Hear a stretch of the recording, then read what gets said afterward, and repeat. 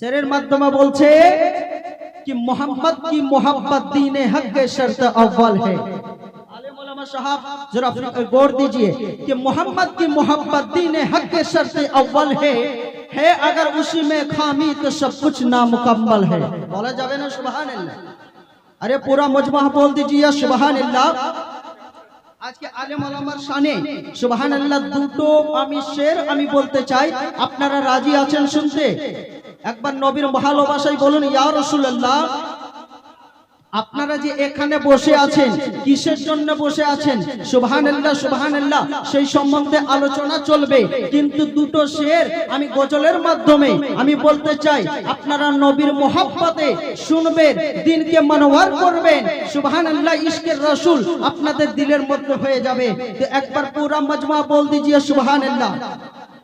कि जागना जागना जागना जागना जागना जागना, इको शायद थोड़ा इको दीजिए कि जागना जागना इबादत है, अरे बैठना इबादत है। এত কম সময় এত কম জোরে বললে হবে না, একটু আরো জোরে বলতে হবে कि जागना इबादत है, अरे बैठना इबादत है, अरे बैठना इबादत है। अरे नात मुस्तफा सुन कर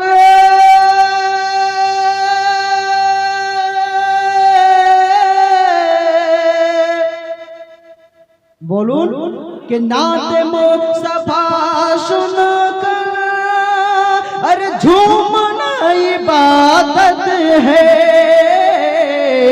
ना जागना जागना इबादत है, अरे बैठना इबादत है। अरे कौल मुस्तफा है नबी के दीवानों के कौल मुस्तफा ए नबी के दीवानो।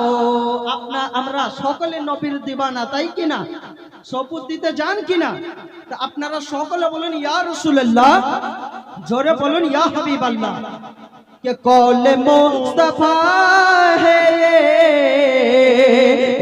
नबी के दीवानो, अरे बाप माँ के चेहरे को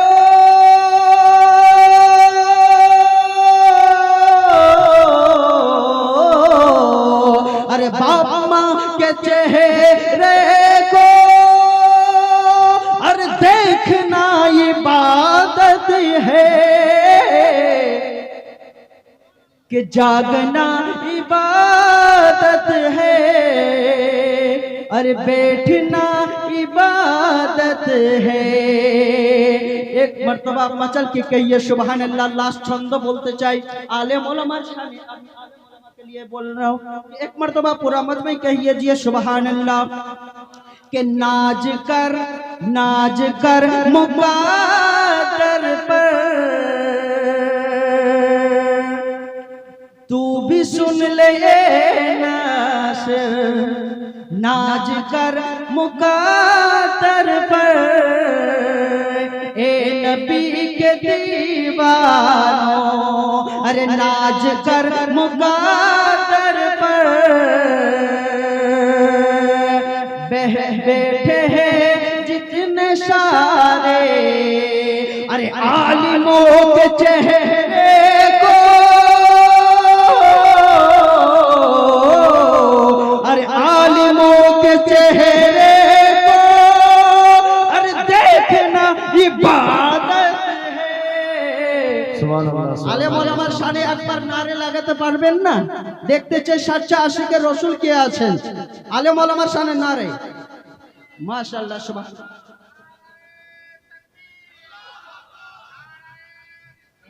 या रसूलुल्लाह या रसूलुल्लाह या रसूल या गोश या ख्वाजा जिंदाबाद जिंदाबाद माशाल्लाह सुभानअल्लाह के जागना इबादत है